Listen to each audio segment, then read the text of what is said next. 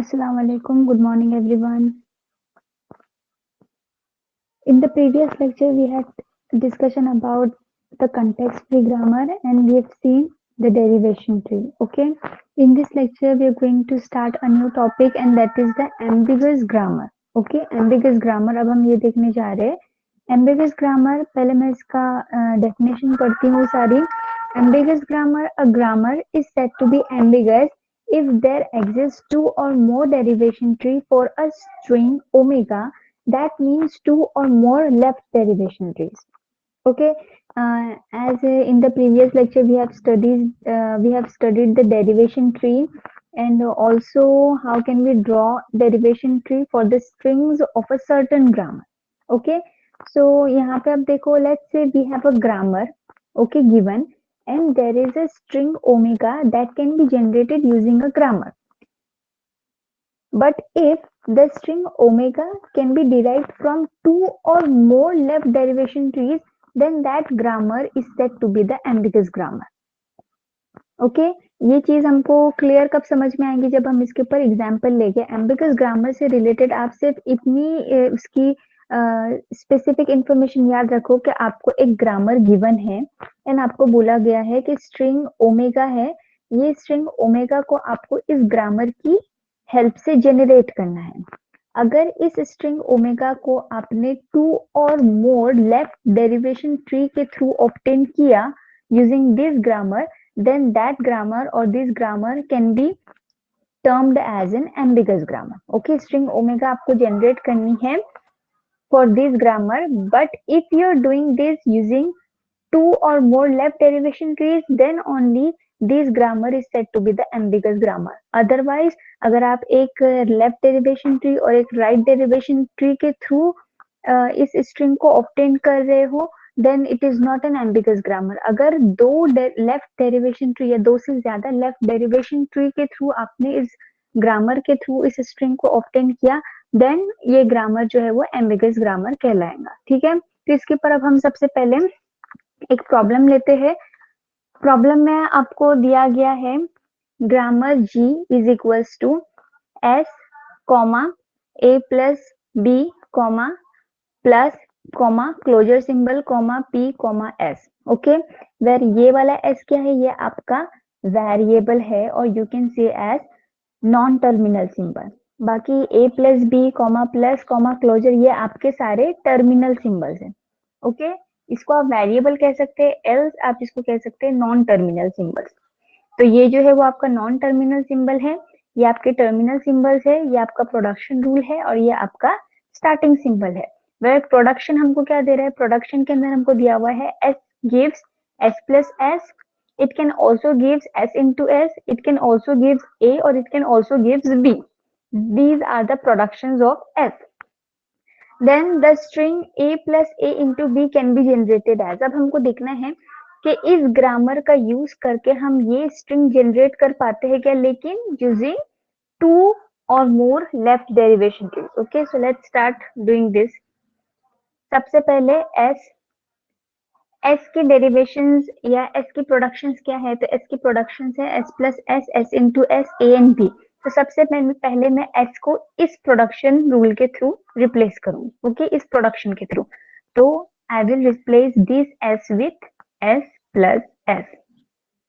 Okay, now अब as this is our left derivation tree, तो हमको लेफ्ट मोस्ट सिंबल या लेफ्ट मोस्ट लीफ के थ्रू हमको जो है वो प्रोसीड करना है. तो ये हो गया राइट वन, ये हो गया लेफ्ट वन. ओके, तो हम इसको रिप्लेस करेंगे. अब देखो एस के और क्या क्या प्रोडक्शन है, तो एस की प्रोडक्शन है S plus S, S into S, A and B. हमको हमारे स्ट्रिंग के अकॉर्डिंगली क्या चाहिए, A plus A into B. तो मैं इस एस को डायरेक्टली ए से रिप्लेस कर सकती हूँ. Yes, it is possible. So I will replace this S with A and rest of the part is as it is. Okay, अब उसके बाद में ये a जो है वो मेरा एज इट इज रहेगा, क्योंकि हमको जो है वो a plus A into B ये ऑप्टेन करना है, तो ये a मेरा एज इट इज रहेगा. अब लेफ्ट पार्ट मेरा कंप्लीट हो गया. Now I am remain with the right part, ये s है. अब इस s को मैं किसके साथ में रिप्लेस करूंगी, तो आप देख सकते हैं कि हमारी स्ट्रिंग के अंदर आगे हमको मल्टीप्लीकेशन वाला पार्ट आ रहा है. तो मैं इस s को s इंटू s के साथ में रिप्लेस करूंगी. So I will replace this s with s into s. ये a और प्लस एज इट इज रहेगा, ठीक है। अब उसके बाद में अब देखो हमारी स्ट्रिंग हमको क्या ऑब्टेन करनी है, a plus A into B. A plus तो हमको मिल गया, अब यहाँ पे हमको a और b चाहिए, तो हम कैसे ऑब्टेन करेंगे, ये a as it is plus b as it is. अब ये है हमारा राइट एलिमेंट, ये है हमारा लेफ्ट एलिमेंट। अब हमको लेफ्ट डेरिवेशन ट्री के थ्रू जाना है, तो सबसे पहले हम लेफ्ट वाले को रिप्लेस करेंगे। तो इसको मैं रिप्लेस करूंगी, किससे रिप्लेस करूंगी, तो देखो a, देन उसके बाद में s को अगर मैं a से रिप्लेस करूंगी तो ही मुझे इस फॉर्म में स्ट्रिंग ऑब्टेन होंगी। तो I will replace this s with a and rest of the part is as it is. Okay, फिर उसके बाद में ये a as it is plus ये वाला a भी एज इट इज इनटू, अब इस s को मैं किससे रिप्लेस करूंगी, so this s can be replaced using b। Okay, तो हमको स्ट्रिंग ऑब्टेन हो गई, स्ट्रिंग क्या ऑब्टेन हो गई, a plus A into B. And इसको हमने कैसे ऑब्टेन किया है, लेफ्ट डेरिवेशन ट्री के थ्रू। ओके, अब ये हो गया एक, उसने यहाँ पे क्या दिया गया है कि अगर आप दो या दो से ज्यादा, तो एटलीस्ट हमको कितने, एटलीस्ट हमको दो डेरिवेशन ट्रीज का यूज करके, दो लेफ्ट डेरिवेशन ट्रीज का यूज करके हमको जो है वो ये स्ट्रिंग को ऑब्टेन करना है। Okay, just a second.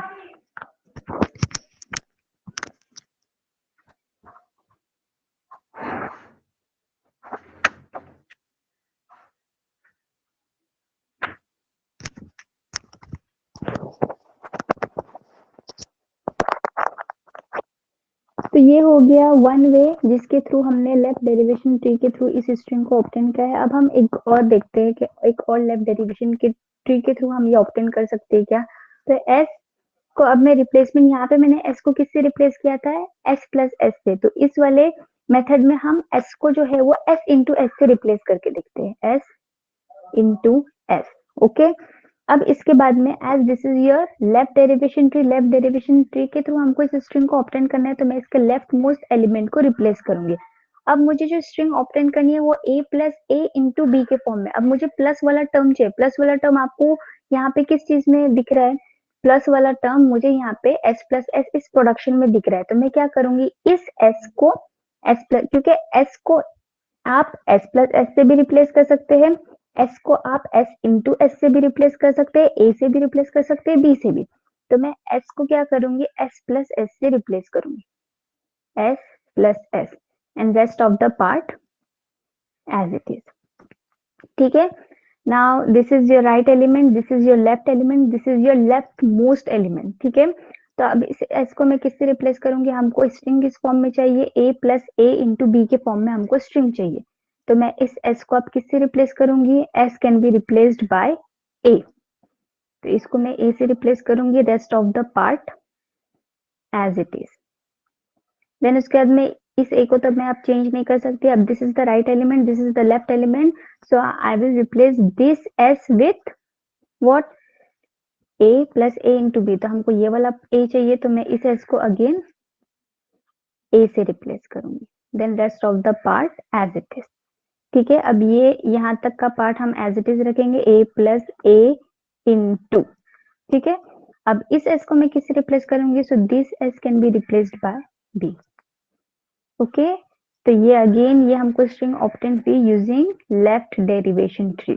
और एम्बिगस ग्रामर को जो ग्रामर गिवन है वो एम्बिगस ग्रामर है या नहीं है, इस चीज को प्रूव करने के लिए क्या कंडीशन थी कि ग्रामर के थ्रू आपको जो स्ट्रिंग डिराइव करने के लिए कहा गया है, ये ग्रामर था, ये ग्रामर के अंदर इसके कुछ प्रोडक्शंस दिए गए, तो हमको क्या बोला था कि आपको इस स्ट्रिंग को जनरेट करना है। तो इस ग्रामर का यूज करके अगर आप ये स्ट्रिंग जनरेट करते हो using two left derivation trees, then only this grammar can said to be a ambiguous grammar. So we have obtained these strings using two left derivation trees. So we have concluded that the grammar G given in this problem is an ambiguous grammar. Okay.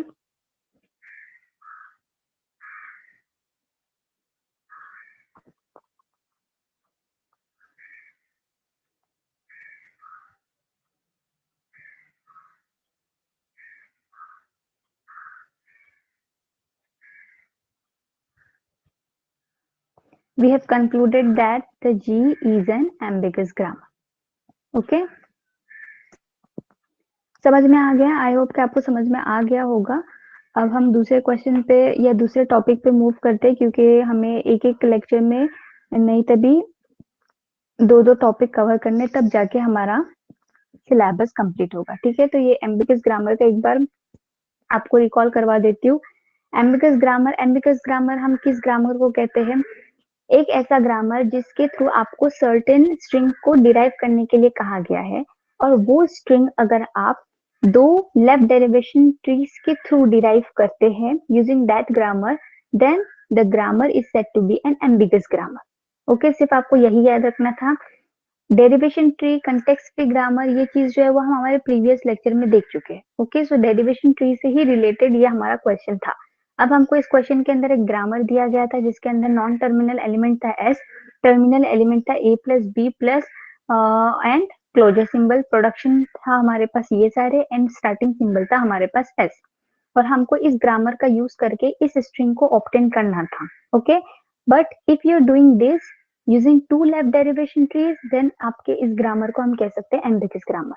तो हमने दो left derivation tree के through इस string को derive किया using this grammar, इसलिए we have concluded that the grammar given in this question is an ambiguous grammar because we have derived these two strings, or we have derived the specific string, this specific string using two left derivation trees. So this grammar is an ambiguous grammar. Okay, अब चलो next topic पे move करते हैं, ज्यादा इसको stretch नहीं करते।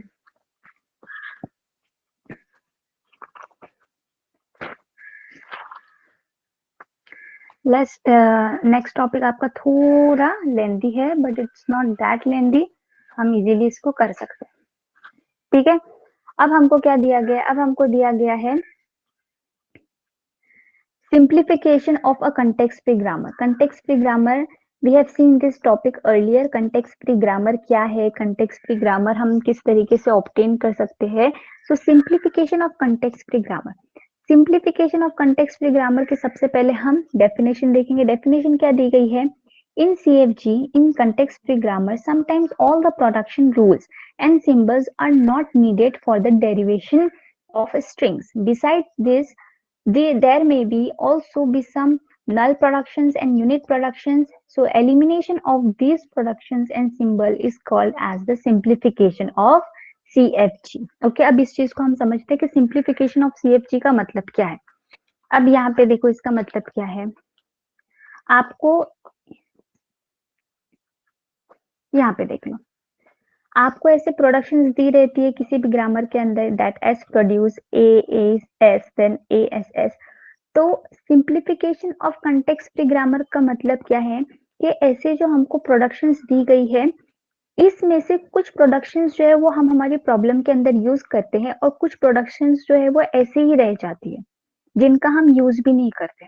ठीक है, प्रोडक्शन रूल के अंदर हमको बहुत सारी प्रोडक्शंस दी हुई रहती है, जैसे कि ए रिप्लेस्ड और A produce S B A and A can also produce B S produce A S A double S and epsilon. तो ये सारी प्रोडक्शंस कभी कभी किसी क्वेश्चन में यूज नहीं होती, इसमें से सिर्फ ये प्रोडक्शन यूज होती है, इसके अंदर सिर्फ ये प्रोडक्शन जो है वो हमारे एज इट इज रह जाते, इसका हम हमारे क्वेश्चन के अंदर यूज नहीं करते। तो हमको ऐसे ऐसे प्रोडक्शंस जिनका हम कंटेक्स्ट फ्री ग्रामर के थ्रू उस क्वेश्चन के अंदर यूज नहीं कर रहे, तो उनको हमको क्या करना है? रिड्यूस करना है, एलिमिनेट करना है। So eliminated grammar हमको जो ऑपरेट होगा, that can be called as a simplified context free grammar. Okay. अब simplification consist of the following steps. अब आप ये जो simplification या elimination कर सकते हैं context free grammar का, वो 3 ways में कर सकते हैं। पहला वे है reduction of CFG, then दूसरा है removal of unit productions, and तीसरा है removal of null productions. Removal of unit production and removal of null production, इंशाल्लाह ये जो है वो हम हमारे नेक्स्ट लेक्चर में देखेंगे। आज के लेक्चर में हम देखने वाले हैं रिडक्शन ऑफ सीएफजी, पहला वाला मेथड। सिंप्लीफिकेशन क्या है? आपको सिर्फ इतना याद रखना है कि हमको प्रोडक्शन के अंदर बहुत सारी प्रोडक्शन दी जाती है, लेकिन कुछ ऐसी प्रोडक्शंस होती है जिनका हम पूरे प्रॉब्लम में यूज नहीं करते और वो प्रोडक्शंस जो है वो एज इट इज रह जाती है। तो उन प्रोडक्शंस को हमको क्या करना है, उन प्रोडक्शंस को हमें हमारे ग्रामर से रिमूव करना है, हमें हमारे ग्रामर से एलिमिनेट करना है, so that we can obtain a simplified context free grammar. और ये सिंप्लीफिकेशन जो है वो तीन वेज में किया जा सकता है, reduction of CFG, removal of unit production and null production. ये जो दो टॉपिक है ये हम इंशाल्लाह नेक्स्ट लेक्चर में कवर करेंगे। आज जो हम देखने वाले हैं वो क्या है, reduction of CFG. Now reduction of CFG, CFG are reduced in two phases। अब ये जो रिडक्शन ऑफ सीएफजी है ये भी किस तरीके से किया जा सकता है, दो फेजेस का यूज करके किया जा सकता है, फेज 1 एंड फेज 2। मैं इनको यहाँ पे सिर्फ रीड करती हूँ क्योंकि रीड करने के बाद आई नो कि आपको समझ में नहीं आएगा, इसलिए मैं यहाँ पे इनको सिर्फ रीड करती हूँ और फिर उसके बाद में हम प्रॉब्लम के थ्रू समझेंगे कि हम इस रिडक्शन को या इस सिंप्लीफिकेशन को किस वे में ऑब्टेन कर सकते हैं। ठीक है, तो मैं यहाँ पे इसको रीड करती हूँ, फिर आप इसकी प्रॉब्लम के थ्रू हम इसको समझेंगे कि हम इसको किस तरीके से अचीव कर सकते हैं। तो सबसे पहले यहाँ पे दिया गया है फेज 1 में derivation of N equivalent grammar g dash from the CFG g such that each variable derives some terminal string। फिर derivation procedure can be held like step 1 include all the symbols w1 that derive some terminal and initialize I is equals to 1। Then step 2 include the symbol wi plus 1 that derives wi। Then step 3 increment I and repeat the step 2 until wi plus 1 is equals to wi। And step 4 include all the production rules that have wi in it। And phase 2 में हमको दिया गया है कि derivation of an equivalent grammar g double dash from the CFG g dash such that the each symbol appears in a sentential form। Derivation procedure can be followed by step 1 include the start symbol in y1 and initialize I is equals to 1। Step 2 include all the symbols yi plus that can be derived from yi and include all the production rules that have been applied। Step 3 increment I and repeat the step 2 until yi plus 1 is equals to yi। Okay, तो ये जो है वो हमको कुछ phases दी गई है। यहाँ पे सिंपली बोला गया है कि आप ये जो रिडक्शन ऑफ सीएफजी है इसको दो फेजेस के थ्रू अचीव कर सकते हैं, फेज 1 एंड फेज 2। फेज 1 के अंदर सेवरल स्टेप्स है, step 1 from step 1 to step 4 and phase 2 के अंदर भी 3 स्टेप दी गई है, स्टेप 1 स्टेप 2 एंड स्टेप 3। तो इन दो फेजेस के थ्रू जो है वो आप रिडक्शन ऑफ सीएफजी इसको अचीव कर सकते हैं। ठीक है, अब हम क्या करते हैं, क्वेश्चन लेते हैं ताकि हमको समझ में आ जाए कि ये फेज 1 के थ्रू हम इन स्टेप्स का यूज करके किस तरीके से सीएफजी को रिड्यूस कर सकते हैं, या फेज 2 का यूज करके हम इन स्टेप्स के थ्रू किस तरीके से सीएफजी को रिड्यूस कर सकते हैं। तो यहाँ पे हमको सबसे पहले क्वेश्चन दिया गया है, find a reduced grammar equivalent to the grammar G having the production rules such as S gives AC and B, then A gives A, C gives C, also BC and E gives AA also E। ठीक है, तब हम सबसे पहले क्या करेंगे, phase 1 के through जाएंगे। ओके, फेज 1 के थ्रू हम जा रहे हैं, तो फेज 1 के कितने स्टेप्स है, 4 स्टेप्स है। तो वो 4 स्टेप्स के थ्रू देखो अब हम कैसे अचीव करेंगे। अकॉर्डिंग टू द स्टेप 1 हमको क्या करना है, अकॉर्डिंग टू द स्टेप 1 हमको इस प्रोडक्शंस में से टर्मिनल सिंबल्स निकालने हैं कि हमको कौन से टर्मिनल सिंबल गिवन है प्रोडक्शन के अंदर। ठीक है, तो all the terminal symbol, set of terminal symbol हमको फॉर्म करना है। तो हमको टर्मिनल सिंबल क्या, टर्मिनल सिंबल मतलब स्मॉल एलिमेंट्स, ओके, और नॉन टर्मिनल सिंबल्स मतलब all the capital elements comes under the non terminal symbol and terminal symbol consist of the small elements. तो यहाँ पे देखो हमको क्या दिया गया है, small A, small C and small E. ठीक है, इसके अलावा और हमको कुछ नहीं दिया गया है, तो I will write small A, small C and small E. Okay, अब हमको क्या करना है, अब हमको एक एक सेट तैयार करना है W1 and this W1 will contain or will include all the symbols that derives these terminal symbol। हमको W1 इस सेट के अंदर उन सिंबल्स को इंक्लूड करना है जो सिंबल ACE को ड्राइव करते हैं। अब ACE यहाँ पे कहीं पे आपको दिख रहा है, स्मॉल ACE नहीं, यहाँ पे हमको स्मॉल a दिख रहा है। इसका मतलब क्या है कि कैपिटल A जो है वो स्मॉल a को डिराइव कर रहा है, तो I will write capital A। Then small c को और कौन डिराइव कर रहा है, स्मॉल c को डिराइव कर रहा है capital C, so I will write capital C। And then small e को कौन डिराइव कर रहा है, तो small e can be derived using the capital E, so I will write capital E। अब हमको लेना है W2। W2, this set will include all the symbols that derives the symbol that present in W1। W2 इस set के अंदर हमको उन symbols को इंक्लूड करना है जो सिंबल W1 के अंदर प्रेजेंट सिंबल को डिराइव करते हैं। तो capital A and capital C and capital E, इनको कौन डिराइव कर रहा है, तो कैपिटल AC। आप देख सकते हैं यहाँ पे कि capital AC can be derive using the S, symbol S, so I will write S। after that capital A, तो आप देख सकते हैं कि capital A, this capital A can be derived using S, so I have written S here। then A, C और E तो रहेगा ही, ठीक है। तो ये हो गया हमारा ACES, okay. ACE as it is हमारा रहेगा, और हमने देखना था कि ACE के अलावा AC को या E को हमारा कौन सा और सिंबल है जो डिराइव कर रहा है, तो वी हैव सीन हियर कि S जो है वो AC को डिराइव कर रहा है, तो हमने S को ऐड किए और इसके अलावा ACE जो है वो एज इट इज है, ठीक है। अब हमको लेना है W3।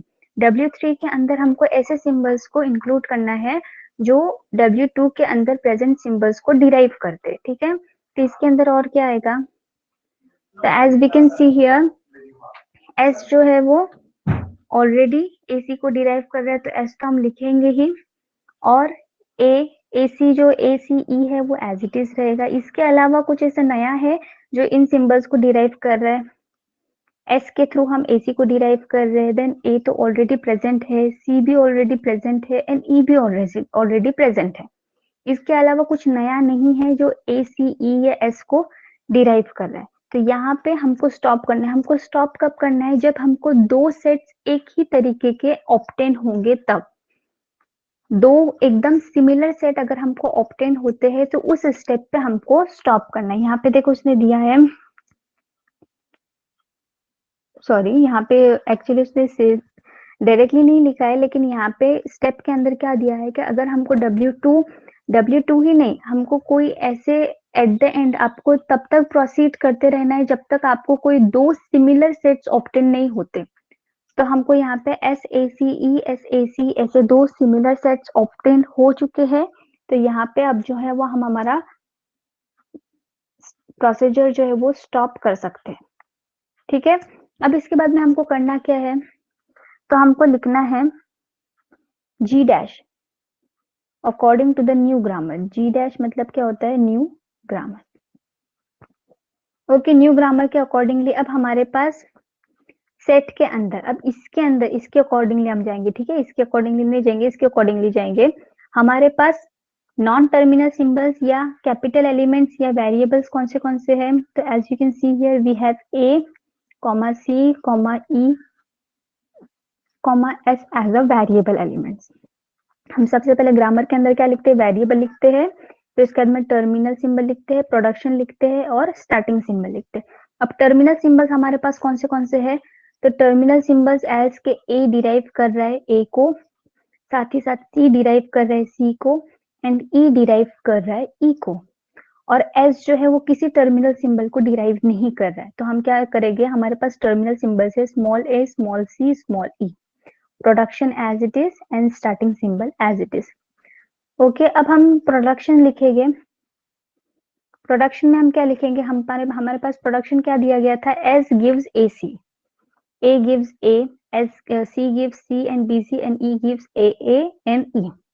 अब यहाँ पे देखो आपको कहीं पे भी B मेंशन दिख रहा है क्या, या BC मेंशन दिख रहा है क्या, BC या B, ये वाला BC या ये कैपिटल B हमको कहीं पे भी दिख रहा है नहीं। इसका मतलब क्या है कि हमने जो ग्रामर और जो हमने सेट्स बनाए हैं उन ग्रामर में या उन सेट्स में BC या B की जरूरत ही नहीं है, तो हम क्या करेंगे, उसको एलिमिनेट कर देंगे।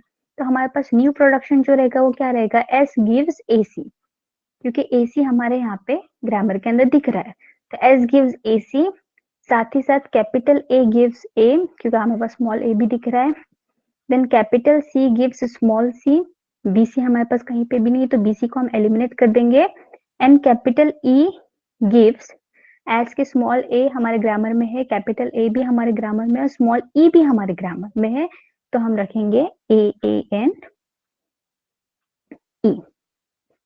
तो ये हो गया हमारा फेज 1। फेज 1 में हमको क्या करना था, फेज 1 में सबसे पहले हमने टर्मिनल सिंबल लिखे, फिर W1 एक ऐसा सेट तैयार किए जो सेट के अंदर हम वही सिंबल इंक्लूड करेंगे जो टर्मिनल सिंबल्स को डिराइव करते हैं। तो ये सारे एलिमेंट्स, ये सारे सिंबल है जो टर्मिनल सिंबल को डिराइव करते हैं। देन W2 के अंदर हमको ऐसे सिंबल्स को इंक्लूड करना था जो W1 के सिंबल्स को डिराइव करते हैं। तो SACE जो है वो W1 के सिंबल्स को डिराइव करते हैं। देन उसके बाद में W3 के अंदर हमको ऐसे सिंबल्स को इंक्लूड करना था जो W2 के सिंबल्स को डिराइव करते हैं। तो यहाँ पे एक स्टेप आ गई जहाँ पे हमको दो जो है वो सेम सिमिलर सेट्स ऑब्टेन हुए। तो सिमिलर सेट्स ऑब्टेन होने के बाद में हमको प्रोसीजर को स्टॉप कर देना है। स्टॉप करने के बाद में हमको नया ग्रामर लिखना है। इसकी हेल्प से हमको एक नया ग्रामर लिखना है जिसके अंदर हमको variable, non terminal, variable, then terminal elements, then production and starting symbol डालना है, एंड देन सिंप्लीफाइड प्रोडक्शन हमको लिखना है। ये हो गया हमारा फेज 1। अब देखेंगे हम फेज 2 के थ्रू कैसे कर सकते हैं। सो यूजिंग फेज 2 के अकॉर्डिंगली सबसे पहले हमको क्या करना है, तो फेज 2 के अकॉर्डिंगली सबसे पहले हमको y1 के अंदर एक लेना है y1, और y1 के अंदर इस सेट के अंदर हमको सिर्फ स्टार्टिंग सिंबल इंक्लूड करना है। We have to include start symbol in our y1। अब इसके बाद में y2 के अंदर हमको क्या करना है, y2 के अंदर हमको y2 includes all the symbols that can be derived from the starting symbol। y2 के अंदर हमको ऐसे सिंबल्स को इंक्लूड करना है जो स्टार्टिंग सिंबल को डिराइव करते हैं। तो यहाँ पे देखो स्टार्टिंग सिंबल को क्या डिराइव कर रहा है, स्टार्टिंग सिंबल क्या डिराइव कर रहा है, तो स्टार्टिंग सिंबल S जो है वो डिराइव कर रहा है ANC को। ठीक है, सो आई विल राइट, ये S तो है वो एज इट इज रहेगा, और S किसको डिराइव कर रहा है, तो S जो है वो A को और C को डिराइव कर रहा है। So I will write AC here. Okay, अब उसके बाद में हमको लेना है एक y3। y3 क्या इंक्लूड करेगा, y3 will include all the symbols that derives the symbol present in set y2। Okay, तो y2 में हमको क्या दिया गया था, y2 में हमको दिया गया था SAC। तो S तो एज इट इज रहेगा क्योंकि S क्या डिराइव करता है, S डिराइव करता है A और C को। रुको मैं यहाँ पे इसको लिख लेती हूँ, सारा प्रोडक्शन रूल जो है वो यहाँ पे लिख लेती हूँ। S derives AC, then capital A derives small a, capital C derives small c, and capital E derives AANE। ठीक है, तो यहाँ पे देखो S क्या डिराइव करता था, अब हमको y2 के एलिमेंट्स देखने हैं, तो S डिराइव करता था A and C। तो S, A और C एज इट इज रहेगा। अब इसके बाद में A कुछ डिराइव कर रहा है क्या, देखो तो A डिराइव कर रहा है small a, so I will include small a as well as C क्या डिराइव कर रहा है, तो C डिराइव कर रहा है small c, so I will include small c here. Okay, y1 के अंदर हमने सबसे पहले क्या लिए, y1 के अंदर हमने इंक्लूड किए स्टार्टिंग सिंबल। y2 के अंदर हमने ऐसे सिंबल्स को इंक्लूड किए जो s डिराइव करता है, जो कि y1 में प्रेजेंट है। y1 में प्रेजेंट है s जिन सिंबल्स को डिराइव करता है उन सिंबल्स को हमने ऐड किए y2 में। अब s, a और c ये जिन सिंबल्स को डिराइव करते हैं उन सिंबल्स को हमने ऐड किए y3 में। अब हमको देखना है कि y3 वाले सिंबल्स किन सिंबल को डिराइव करते हैं, तो y4 के अंदर हम डालेंगे s क्या डिराइव करता है, s डिराइव करता है a and c को, तो ये मैं एज इट इज लिखूंगी, s डिराइव करता है a and c को। फिर कैपिटल A किसको डिराइव कर रहा है, कैपिटल A डिराइव कर रहा है स्मॉल a को। कैपिटल C किसको डिराइव कर रहा है, कैपिटल C डिराइव कर रहा है स्मॉल c को। इसके अलावा और कुछ डिराइव कर रहा है क्या इनको, कुछ भी नहीं, सो हम इसको यहाँ पे स्टॉप कर सकते हैं। अब देखो हमको दो सिमिलर सेट्स ऑब्टेन हुए क्या, so we have achieved two similar sets here, so we can stop our procedure here। ठीक है, हम इसको यहाँ पे खत्म कर सकते हैं। अब खत्म करने के बाद में हमको क्या लिखना है, जी डबल डैश। ये भी एक न्यू ग्रामर है जो कि हमको जी डैश का सिंप्लीफाइड वर्जन देगा। तो जी डबल डैश के अंदर अब हमको क्या इंक्लूड करना है, दिस विल इंक्लूड। अब यहाँ पे देखो इसके अकॉर्डिंगली हमारे पास वेरिएबल्स क्या है, मतलब कैपिटल एलिमेंट्स क्या है। तो हमारे पास कैपिटल एलिमेंट्स है S A C, so I will write S A and C. इसके बाद में हमारे पास टर्मिनल सिंबल्स मतलब स्मॉल एलिमेंट्स क्या है, तो टर्मिनल सिंबल्स हमारे पास यहाँ पे सिर्फ हमको क्या दिख रहा है, A and C. So I will write A comma C here.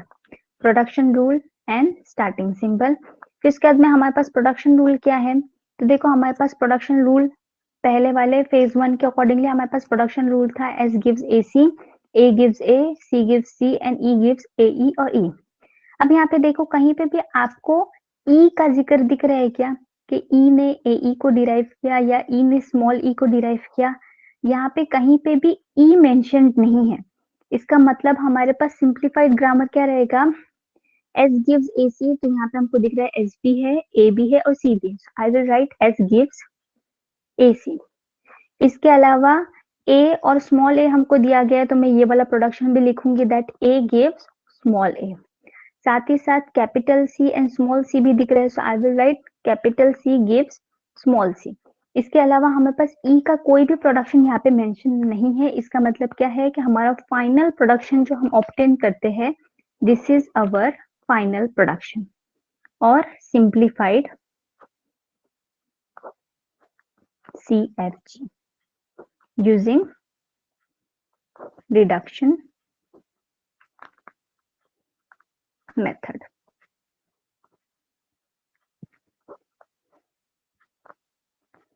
Okay हमने स्टार्ट किया था किस प्रोडक्शन से, देखो हमारे क्वेश्चन के अंदर कितनी प्रोडक्शंस दी गई थी। क्वेश्चन के अंदर S gives A C, S can also gives B, where A gives A, C gives C, also B C and E gives A E और ई।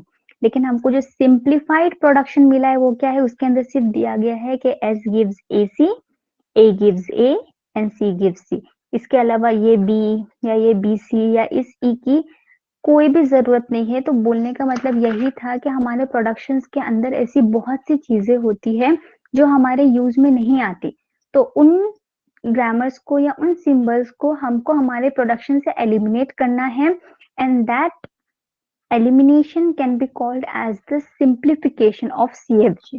So this is the simplified CFG using the reduction method. Simply अब इस grammar के अंदर भी हमको देखो दिया गया था, जिस ग्रामर के अंदर बहुत सी हमको चीजें दी गई थी।